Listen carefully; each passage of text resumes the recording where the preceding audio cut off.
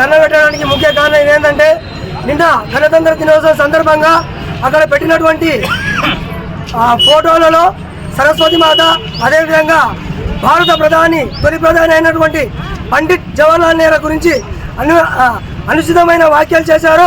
ఈ యొక్క హిందూ దేవతలపైన అనుచితమైన వాక్యాలు వ్యంగ్యంగా మాట్లాడినటువంటి హిందూ వ్యతిరేకతను వెంటనే ఖండించాలని కోరుతున్నాము.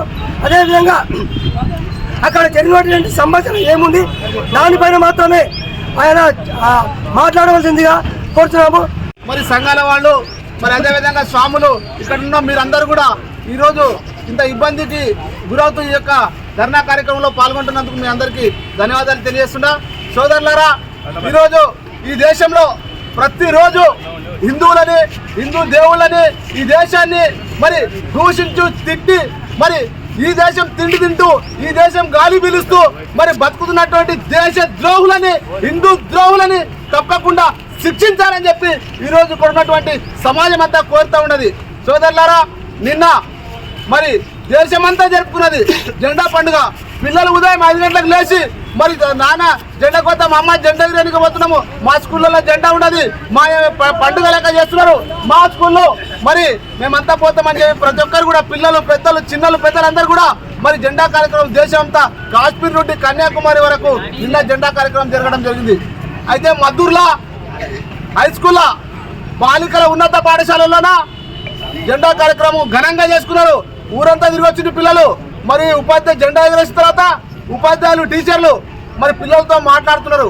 జెండా పండుగ యొక్క విశిష్టత గురించి, 26 జనవరి గురించి, రిపబ్లిక్ డే ఎందుకోసం జరుపుకుంటామని వివరంగా వివరిస్తున్న సందర్భంలో కొందరు మద్దూరు గ్రామానికి చెందిన కొందరు యువకులు వచ్చి అక్కడ జెండా దగ్గర ఉన్నటువంటి సరస్వతి మాత ఫోటోను, మాజీ ప్రధాని యొక్క ఫోటోను చూస్తే తిట్టుకుంటా, వీళ్ళకి ఏం సంబంధము, ఈ సరస్వతి మాత ఏం చదివింది, ఎవరికి మాత, ఈ ఆ స్కూల్లో చదివింది, ఏ డిగ్రీ చేసింది అని చెప్పి ఇష్టం వచ్చినట్ల గలీజ్ మాటలతోన మరి యొక్క సరస్వతి మాత దేవిని తిట్టడం జరిగింది. అరే మూర్ఖులారా, అరే మీరున్నటువంటి మతము హిందువుగా మారి క్రిస్టియన్గా మార్చుకున్నారా? మిమ్మల్ని ఒక్కనాడు కూడా, ఏనాడు కూడా క్రిస్టియన్ మతాన్ని తిట్టలేదు. అరే గుర్తుందారా మీకు? సరస్వతి మాత అంటే మనకు జ్ఞానాన్ని ఇచ్చినటువంటి తల్లి, చదువునిచ్చినటువంటి తల్లి. ఒక తల్లిని మనం పూజిస్తాం.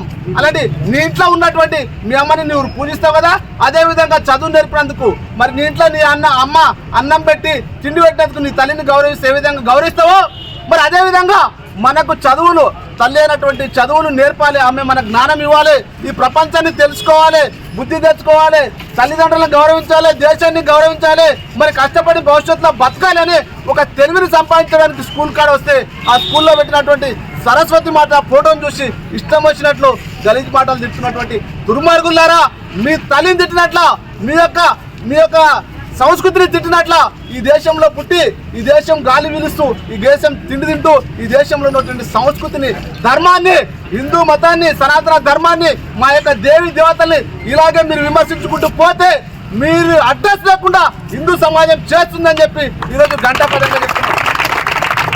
అరే ఉదయం లేచి ఏ టీవీ ఛానల్ చూసినా, ఏ సెల్ ఫోన్ చూసినా శివస్వాములను తిట్టాడు, ఒడుగుముడతాడు. ఎందుకు వేస్తున్నారు వాళ్ళు మాలలు? ఏం అవసరం ఉంది అని వాడంటాడు. అయ్యప్ప మాల అయితే అయ్యప్ప మాలను ఎందుకు వేస్తున్నారు? ఏం అవసరం ఉంది? అయ్యప్ప మీకు దిక్కొచ్చిండా? మీకు తిండి తినే పెడతాడా? శివమాల వేసిన శివుని తిట్టుకొని శివుడు వచ్చి మీకు తిండి తినే పెడతాడా? అరే బేవకూపు పడుకున్నారా? అందుకోసం కాదేసేది మేము మా యొక్క ధర్మాన్ని, మా యొక్క జీవితాన్ని 40 రోజులు మేము కఠినంగా జీవిస్తూ దేశం కోసం, మరి ధర్మం కోసం మా యొక్క మేము చేసినటువంటి మన పొరపాట్లుంటే, తప్పులుంటే క్షమించు తండ్రి. మేము యొక్క 40 రోజుల్లో మేము మా జీవితాన్ని మార్చుకునే అవకాశము ఈ దీక్ష ద్వారా మాకు కల్పించు అని చెప్పి ఒక్క పూట తిండి తింటూ మరి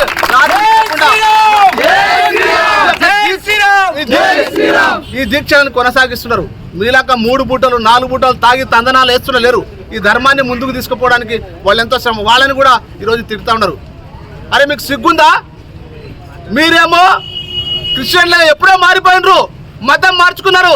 అయినా మా హిందువుల యొక్క పేర్ల మీద బతుకుతూ, హిందువుల యొక్క సర్టిఫికేట్లు తీసుకుంటూ, స్కాలర్షిప్లు పొందుతూ, ఉద్యోగాలు చేస్తూ, మరి అన్ని లాభాలు పొందుతూ మళ్ళీ మా దేవతల్ని, మా దేవుళ్ళని తిడతారా? ఇది ఎంతవరకు ధర్మం? ఒక్కసారి మనం హిందువులం ఆలోచన చేయాలి. హిందువులారా మనమంతా కళ్ళు తెరవాలి.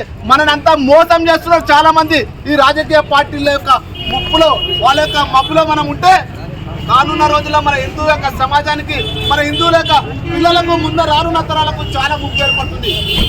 ఒకడేమో హైదరాబాద్ లో మాట్లాడుతూ 15 నిమిషాల టైం ఏంటి హిందువులని ఈ భూమి లేకుండా చేస్తామని చెప్తున్నాడు. అట్లాంటి దుర్మార్గులకు మనం బుద్ధి చెప్పాలంటే హిందువులమంతా ఒక్కటిగా ఉండాలి. ఇటువంటి ఎక్కడ ఏ సంఘటన జరిగినా కూడా మనం రోడ్డు మీదకి రావాలి, మనం బలం తెలపాలి, ఖండించాలి.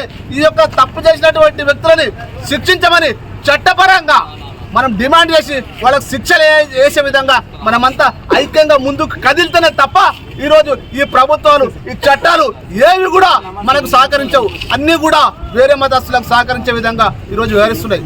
మన